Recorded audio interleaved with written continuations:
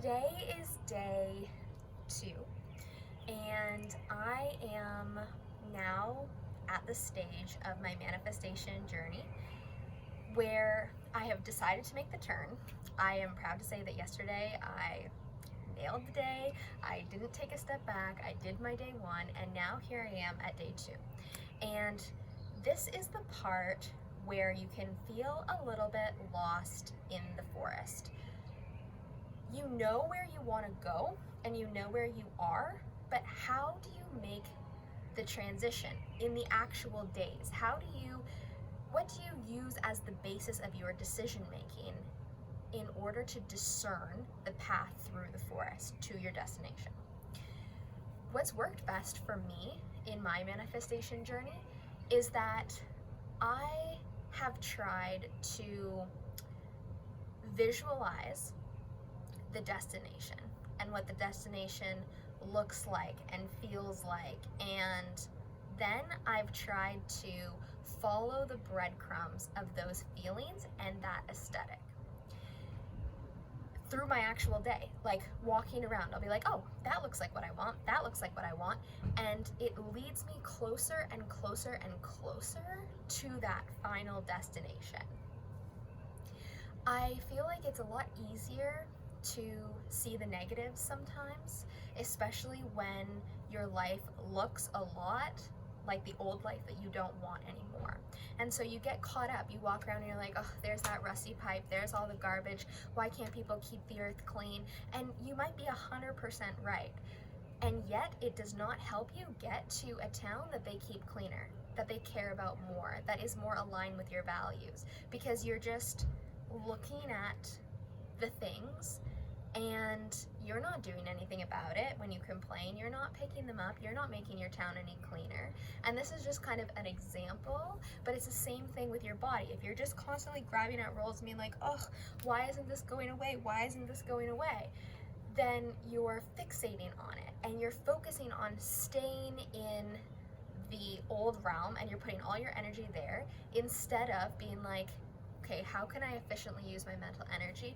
Let me research into ways that people with the body that I want eat, or ways that people work out, or let me just relax my mind and de-stress, because I know that stress helps hold on to weight, right? So there's so many better productive things you can do where you're seeking out in the world these breadcrumbs that are going to allow you to take the steps to your destination.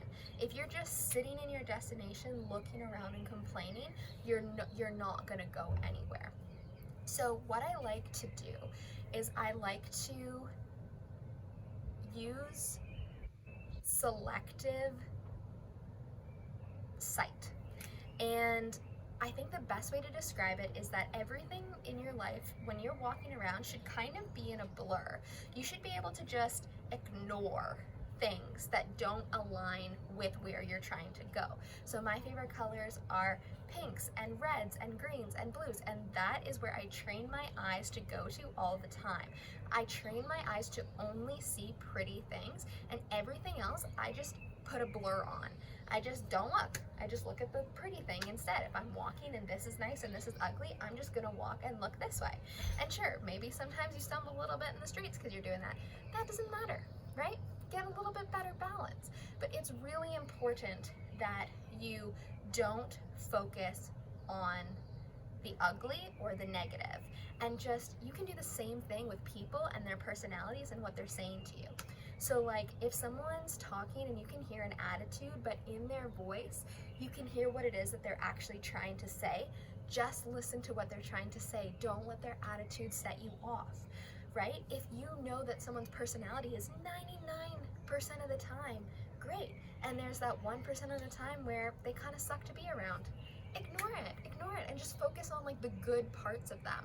Same with if they have one annoying trait or whatever it is. Like you can always blur out in your life the stuff that would just rile you up or make you turn away from something that is otherwise good for these like tiny little things. Now, if someone is 98% annoying and 2% good, don't try to blur out 98% because interacting with that person is not going to get you closer to where you need to go. Same with being in a place that is 98% scary or bad or whatever it is. Like, you can't block that much out, right? So take that as a sign and change it. That's one of the things that should be changed. And this is kind of how you need to discern what in your life needs to be changed and what in your life you need to go closer towards. So the closer something is to the exact feeling or the exact look that you're striving to be surrounded by more, run towards those things. Bring those things back into your home. Surround yourself in that, and it will make your manifesting 10 times stronger and 10 times easier, because you are what you are around. That goes for people and that goes for things. Your aesthetic is equally as important as your personality, because it is the outward manifestation of your loves, of what lights you up inside. That's what an aesthetic is, or at least what it should be. If it's not what lights you up, then it ends up being the things that you just don't care enough or don't put the energy enough to get rid of. And then it feels trashy in the soul. It feels cluttered. It feels like you're not getting a chance to express your authentic self, because you're holding on to things that either other people have put into your life or things that you mindlessly brought in or surrounded yourself by. So it's either circumstances you couldn't or didn't control. But to be an excellent manifester, you need to regain control of your reality. And the perfect way to do that is to hunt out things that match your aesthetic, run towards them, and blur out everything else that doesn't, and just keep honing in on what lights you up, what resonates with where you're trying to go, and collect them. So I put together a little video. I did the exact same walk. I walked down and I came back. When I walked down, I only focused on the negatives. I just took shots of all the ugliest things that I could find on my walk. And on the way back, I took videos of all the most beautiful things that I could find, just to show what I'm talking about in real time.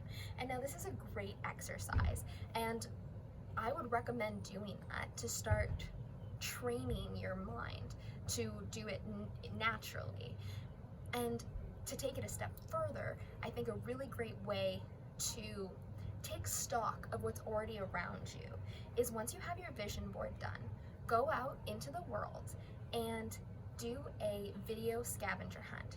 You could post it on your story if you want, or you could get into the habit of doing it daily and posting the beautiful things around you that resonate with who you want to be and where you're trying to go on your story for other people to enjoy and internalize as who you are and what you love.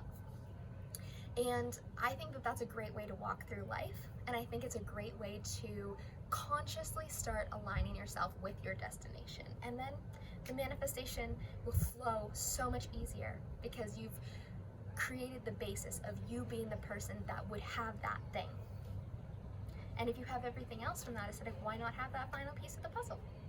So without further ado, this is my little video. And yeah, in the next few days, I'm also going to be doing what I want to do with the little scavenger hunt and finding the videos of the things that I love.